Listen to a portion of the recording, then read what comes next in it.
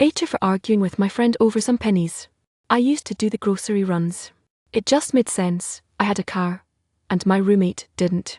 Once a week, he texted me a list, I'd grab the stuff, and later he'd transfer me the money. At first, I didn't think much of it, but after a while, I started noticing a pattern. Every single time, he'd send me less than the total. If something came out to $54.48, he'd send me $54.00. Once, the total was $46.89, and he sent $46.00. I mean, really, it wasn't about the money. I wasn't going to go bankrupt over a few cents, but it rubbed me the wrong way. I'm the kind of person who balances their expenses down to the penny. Still, I kept quiet for months. I'd just sigh, shake it off, and move on. Maybe I was being petty, I thought.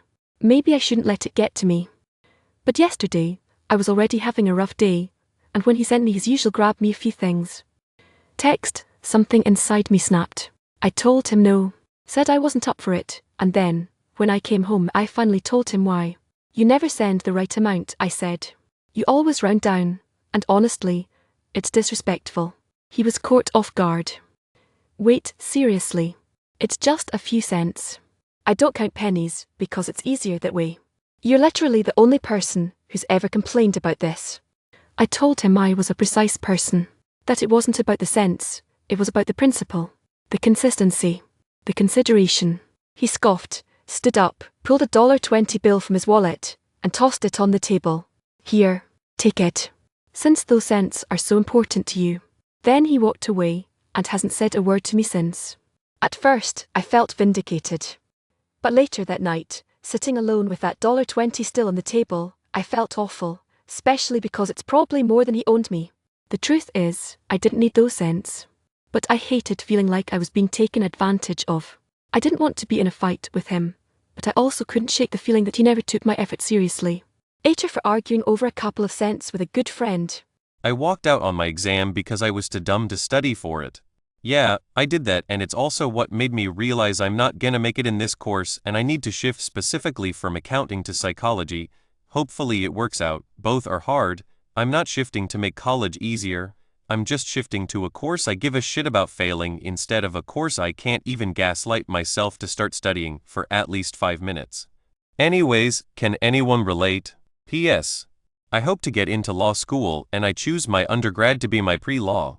Can you share me your story about doing something similar if you can? Would love to hear stories about this kind of thing. I didn't tell anyone and I just want a safe space to discuss this kinds of circumstances with people who can relate or sympathize with me. The only thing I ever did that could be considered evil. Right after I moved back to the States at 10, maybe 11, I almost murdered a kid. I was stuck with him on a trip to a water park style thing because I was a strong swimmer and he couldn't. He annoyed the piss out of me. He was more than a bit slow, and being stuck with him meant I couldn't do any of the fun stuff. So I gave him a few lessons in the shallow and teaching him the basic motions. Then after another hour or so of not being able to do anything, I convinced him to dive off the high dive. I had a few reasons he was annoying. I was curious if the lifeguard would actually jump in after him, and I was bored. He did. The lifeguard did jump in and saved him. I then convinced the teacher I'd try to talk him out of it. For the rest of the school trip, I got to go be with my friends and try the more difficult slides / diving boards / etc. I didn't really think about it much at the time, but looking back it was pretty fucked up, and while it was far from my only youthful indiscretion, it's the only one I can't rationalize. I put the trash my coworker throws on the ground in her lunchbox. I work overnight outside. My job is easy and relaxing. I watch a lot of YouTube. Of course it can't be completely perfect, and that's why my coworker, Mary, sucks. Mary looks 74, but is 54. She never really took care of herself and smokes multiple packs a day. Since we work around diesel and CNG fuels, she's unable to smoke on the job, so she chews multiple sticks of nicotine gum in the most obnoxious way. When she tosses the foil, she misses the bin 90% of the time, mostly because she cannot account for wind speed. And if there's no bin nearby, she drops it at her feet. She also will get multiple water bottles throughout the shift and take a few sips before forgetting about it and getting another one 30 minutes later. I usually find 12-16 all around our work area that are, at most, half empty. Mary is lazy, rude, and uses her appearance of old age to get sympathy from our supervisor, so she usually never has to come back from first break until after lunch. Needless to say, I don't like her. Since March I've been picking up her little gum foils and going to the fridge and putting the foil in her lunch box. The water bottles won't fit, so I just surround her lunch box with them. The first few times she seemed confused when she would open it up to find 3 or 4 of her gum foils on top of her Tupperware, and would drop them right in front of the fridge. I would place them back inside after lunch. The reason I'm confessing is because she keeps her lunchbox in her car now. TIFU giving my stool sample at a laboratory. I 29M recently started a new medication which was causing bloating and constipation. I went to a clinic nearby and saw a general practitioner, and based on my medical history he recommended that I do a stool poo test. I've never done it before, so I had no clue how it worked and was a bit embarrassed. Prior to my appointment, I had to wait at the GP for about 40 minutes because of delays. I had parked my car a couple of streets away. I had only 1 hour parking, so I was in a rush to move it. My gut issues were also causing brain fog And anxiety, and as a result I made a blunder and did not collect the stool sample kit. I was not even aware that I was supposed to do this and didn't know what a stool sample kit was. I managed to move my car on time without copping a fine and continued with my day. I made sure that I ate plenty of fruits and vegetables and drank lots of water. The next morning I took a new 2L Tupperware container and filled it with poo, closed the lid, put the container in a paper bag and put in an envelope, and drove to the laboratory. I went to the desk, gave them the paperwork from the doctor, and when asked for the sample took out the Tupperware and kept it on desk. The attendant, a lady in her late 40s, was shocked and had a look of horror on her face and said, "You are supposed to collect the sample kit from the lab and bring it back to us." She showed me the sample kit and it was container size of my finger with a tiny spoon. I was standing there like an idiot with this Tupperware full of poo. The attendant started laughing. I've never been more embarrassed in my life. But it gets worse, as one of the lab assistants showed up, which turns out to be a girl from my CrossFit class. As the attendant was trying to explain her what happened, I stormed out. I ended up submitting my sample at a location 20 km away from my house at a different branch and haven't been to CrossFit class for a week. I have this feeling that everyone knows and it's driving me crazy. TLDR, I was asked to do a stool test, did not collect the stool sample kit, and submitted a kilogram of poo in a 2-litre Tupperware container. TIFU by flipping someone off who was on their way to the hospital. While driving to the gym after work today, this car appears in my rearview mirror doing at least 70 mph in a 35 mph zone. They barely slowed down to pass me while driving into the oncoming lane. So I flicked them off as they went by. As they approach the next car in front of them, they start to drive into the oncoming lane for a second time, before cutting hard back into the correct lane. And not making this up, they missed a head-on collision by a mere second. We then pulled up to a red light sitting behind them. I yelled, "What the hell are you doing?" I didn't receive a response. Instead, they went around the car in front of them and blew through the red light. I got to where I normally turn off to go to the gym, but it dawned on me that the hospital was just a little ways away from where I was. Curiosity and a creeping feeling of guilt compelled me to drive past the hospital and look over at the emergency doors. Sure enough, the car was parked in front of the emergency doors, still running with both doors wide open. Now I feel like a jerk. They were driving like a madman, but I can't help but think of what I'd do if I was in their shoes. Anyway, time to go work out. TLDR, I was driving to the gym, and someone flew past me, almost caused a wreck, and drove through a red light. So I flicked them off. Turns out they were on their way to the hospital's emergency room. After not letting my flatmate's boyfriend move in. My flatmate has a boyfriend. He is insufferable, loud, doesn't pitch in for cleaning and cooking, and vapes those large cloud vapes. He had lived with us before during COVID lockdown, and it was the worst. It really impacted my mental health having this lumber oaf around, not contributing to rent, cooking or cleaning, and watching my best friend look after her man baby of 30 years age. He would wake up every morning at 5 a.m. and vape in the lounge drinking coffee, so you'd start your day inhaling his raspberry vape juice. He'd deny your claim, saying he wasn't vaping. We have a tiny house with 5 bedrooms and a kitchen/lounge that doesn't have a lot of space to move around in when someone is cooking or someone is using the lounge. A year and a half later, she wants him to move in for a few months while they look for a place to move in together. I said no, as the house is too small, and from his last stay with us over lockdown I knew he wouldn't contribute to the flat at all and take up a lot of space. I also work in a very stressful job, so the last thing I want to do is come home to this douchebag. I fought with this flatmate over text and not in person. Embarrassing, I know. I said a flat is not quite a democracy. Everyone has to be on board with a decision for things to move forward, and me saying no should have been enough. She argued I was selfish and the decision is not up to me, and everyone else doesn't have a problem. Am I an asshole? Not asleep nor awake. First of all, this is a sober experience. I was not on medication/drugs/alcohol or anything, so I was investigating/working something in the internet for 5 hours straight past midnight, and the task I was doing, I had to be in deep focus. And after 3 hours past midnight, when I was on deep focus mode doing the task, it felt like I entered inside the internet inside the task. I was no longer be able to move or do anything. I just stared at the screen, went inside it, and I started to understand it in much deeper level, and it felt like I was part of it. So I stayed for another 2 hours, then eventually went to sleep. I still don't remember till this day how I went to sleep that night. The night has passed and I woke up, but brain/mind wasn't really awake nor sleep. My brain was glitching like hell. I went to the bathroom to rinse my face with cold water, trying to recover from this sleepy state I was in, but no success. It just kept getting worse. Voices started to whisper in my ear. I went outside, lit up a cigarette, trying to calm myself down. But still no success. It kept getting worse. It felt like I was losing control over my body, but at the same time, all this that was happening, my mind became sharper and my focus was up high 500%. I could focus at 10 things simultaneously and give solutions to 10 problems at once, and tbh, it was creepy as hell cause I didn't know what was happening to me. I tried to calm myself down cause it came all together at once, and it kept going higher and higher. Then after some time I passed out. 3 hours have passed. I woke up new as nothing ever happened. Awake, alert and full of energy. I 27 and cheated on my wife 25F. Hi all, a bit of context. I married my GF of 9 years. 6 months into marriage, I cheated on her. It happened when I was taking a short vacation in my hometown. I got age-faced with some friends and made out with a stranger in the parking lot. Nothing more than that happened, but it was still cheating nonetheless. I woke up the next day completely disgusted in myself. I cut my vacation short to go home to her. A few days after coming home and contemplating and collecting my thoughts, I admitted what I had done to her. It's been messy and difficult, but for the past 6 months we've been trying to fix things. We've made some progress during this time, but recently things have gone downhill.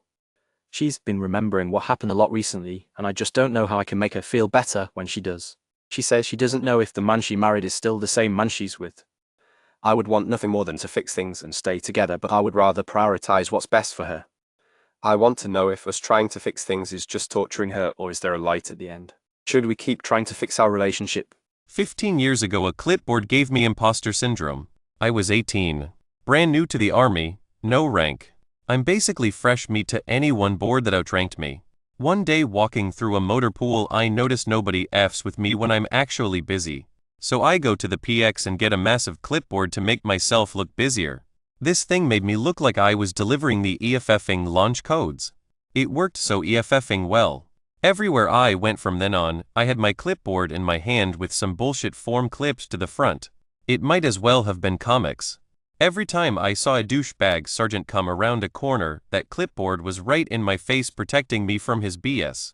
Nobody ever EFF'd with me again, but eventually the clipboard starts to change you. That much power would get to anyone after all. I got promoted faster than other privates. Eventually I became who they saw to some extent. As my clipboard lore deepened, the stakes got higher fast. I was asking too much of the shield, and then I got promoted to sergeant. At 20 years old, thanks to my goddamn clipboard, that just couldn't deliver like it used to. I passed that clipboard on to the next guy and taught him the magical powers. Then I spent 9 months in Afghanistan with no EFFing clue what to do. Soon I would realize that everyone above me had been BSing just as hard as me this whole time. The real clipboard was inside me all along. 80 for cancelling on a friend's birthday party to go to another. Hi. I've been stressing about this, and there are so many factors in it, so sit tight. I 22F have been invited to my girl best friend's boyfriend's sister's birthday, who happens to be a friend of mine a few weeks ago. Let's call this girl best friend Zoe. I was invited to Zoe by the BF sister and I accepted and started making plans to sleep over, etc. Then last night, my guy best friend's mom, let's call this him Alex, texted my mom. We've been family friends about throwing Alex a surprise party for his birthday. All of this happened to be on the same day and same time. I let Zoe know about it, letting her know that Alex, who I've known longer than I've known her, Zoe knows Alex, but she's not the biggest fan of him because of conflict. Zoe told me she'd pull out if I chose to go to Alex's birthday party. I then told her there was no need. It's literally her boyfriend's sister's birthday, so she's kind of expected to be there. Mind you, Zoe's BF sister party is for more than 50 people, while Alex's party is very intimate and full of close family friends. Anyway, Now I feel like Zoe is making me feel super guilty for cancelling, because we made plans that are set in stone already sleeping in their house. But the thing is, I'm not that close with Zoe's BF sister, and I won't really be missed in a party full of 50+ people. Though I feel like for Alex, it'd be weirder since I'm close with their family, and he is one of my closest friends, and it'd be odd if my whole family is there and I'm not. I already know there's going to be some sort of whispers on why I'm not there and whatnot. That, and my parents already expect me to be there. Both of them, Zoe and Alex, are my closest friends, and I obviously don't want to hurt or disappoint either of them, but I've got to make a choice at the end of the day. My parents are telling me to go to Alex's, so is my other best friend, but I feel like Zoe would be annoyed/pissed at me if I do that. Clearly can't please everyone, but I've got to do what I need to do. Am I the a-hole for cancelling on Zoe and choosing to go to Alex's party instead? TIFU by forgetting to delete my dating profiles. Obligatory. This didn't happen yesterday, but my GF did remind me of it and I thought I should post it here. 2 years ago, just after breaking up with my ex, I decided the best idea would be to download all dating apps under the sun to get back into it. Long story short, all of my matches ended up either ghosting me or being green card seekers, so no dice there. In the end I decided that the apps weren't working out, so I kept them for mild entertainment but chose to focus on myself. 2-3 months after that I got together with my current GF and deleted the apps off my phone. Well, a couple of months into our relationships, she comes in and asks me, "Are you really looking for something else while we're together?" To which I reply, "Absolutely not, I'm happy with what I have." She then turns to show me her phone and it's screenshots of my dating profiles. There were screenshots from 4 different apps that I'd used. Apparently her friend was looking for dates on the apps and passed through my profile and recognized me, and proceeded to warn my GF that she should look into it. My dumma deleted the apps off my phone but didn't shut down the profiles, so they were still active for anyone looking in the area. Cue embarrassment and redownloading all the apps just to shut down my profiles. TLDR. After getting together with my new GF, I forgot to delete my dating profiles and her friend found my profiles. TIFU by getting stuck in a playground in front of students, faculty, and parents. This happened a few months ago, just now building up the courage to share it. I'll keep this brief. I work at a private school that teaches K-12, currently working in honors English for the older kids, keeping it purposefully vague. We have a field day for the younger kids, lots of races and games, basically shakes out to a half day for the high schoolers. The parents are encouraged to participate, as well as the high school teachers since we could have the day off. The soccer field and parking lot is where most of the activities are taking place. I'm one of the few babysitting the playground, where kids are encouraged to hang out if they aren't playing. I see a couple's student wrestling underneath the playset. It looks like it's getting rough, so I go over to intervene.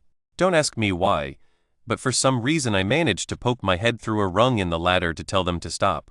They run away, and I jokingly go after them by pushing my shoulders through the rung. All fun and games until I can't get my shoulders back out. I'm struggling there for a few seconds, really pulling. One of my coworkers comes over and asks if I'm stuck. I tell her I think I am. She suggests I just push forward. So putting my pride aside, I try, but my adult-sized tush doesn't fit. I am actually stuck. I will skip the 45 minutes or so I spent in the ladder, panicking, with a crowd of 30 or so forming, trying to get me out. Eventually the fire department was called, I know, and were forced to cut the ladder. I paid the damages, still teach at the school, but it easily the most embarrassed I have ever been or will ever be in my life. TLDR, I underestimated my hips and will now be featured prominently in the yearbook. I asked God/universe to let me be the best version of myself, only to ish myself in an hour. While doom scrolling last night I saw a post about asking the universe by repeating an affirmation before I put my feet on the floor from. So I wake up today morning and told this affirmation to see if I'd at least feel better. The affirmation basically said that I am going to be step into the highest timeline where I get to be the best version of myself. Sure enough, I leave home for work, and while I'm EFFing walking to my office, which is about a 20-minute walk, my stomach starts to feel funny, and about 500 m away, literally 500 m away, I start to soil my underwear. I made it to office and had to throw away my whole underwear and basically was commando at work the whole day. I wonder if this is the best version of myself. How horrible could the worst version be? I am actually traumatized from the whole thing, and I'm never leaving my house again without taking a ish 30 times just to be sure. I'm also done asking the universe or God or whoever it is anything anymore. Jesus, never again. This ish is too scary. I wish I was making this up, but I had to vent this one out. Ada for secretly selling alcohol at my dry wedding to cover costs? So I 27F recently got married. My husband 29M, and I planned a pretty big wedding, about 300 guests. It was beautiful, honestly a dream. There's just one thing. Our families are super conservative and very religious, so we told everyone it would be a dry wedding aka. No alcohol. That decision kept the peace with our parents and extended family. As we all know, weddings are expensive and we were footing most of the bill ourselves. I saw an opportunity and took it. I hired a licensed bartender friend of mine to set up a VIP bar hidden at the venue. It was at a large event hall with a garden and private side rooms. I gave a heads up to about 75 of our younger friends and more chill cousins, and basically had them pay for drinks. Think wedding speakeasy. The drinks were priced reasonably, like $5 a beer, $8 for cocktails, and people were happy to pay because 1, open bar weddings are rare in our circle, and 2, they thought it was kinda fun. Long story short, between the money from drinks and tips, we made about $2,000, which helped cover part of the catering bill. The issue is word got out. A few of my aunts overheard someone talking about the secret bar, and now my mom is livid. She says I lied to everyone, disrespected the family, and made a mockery of our values. My MIL also called me manipulative and selfish. But honestly, most of our guests didn't even know what happened, and the ones who did loved it. We didn't force anyone to drink. We just gave the option discreetly. My husband is kind of in the middle. He gets why I did it but wishes I had told him beforehand. I didn't because I knew he'd get stressed and say no out of guilt. So Ada for secretly selling alcohol at my dry wedding to offset the cost? BTW, I did not keep the bartender's tips. We paid him well, he kept all his tips.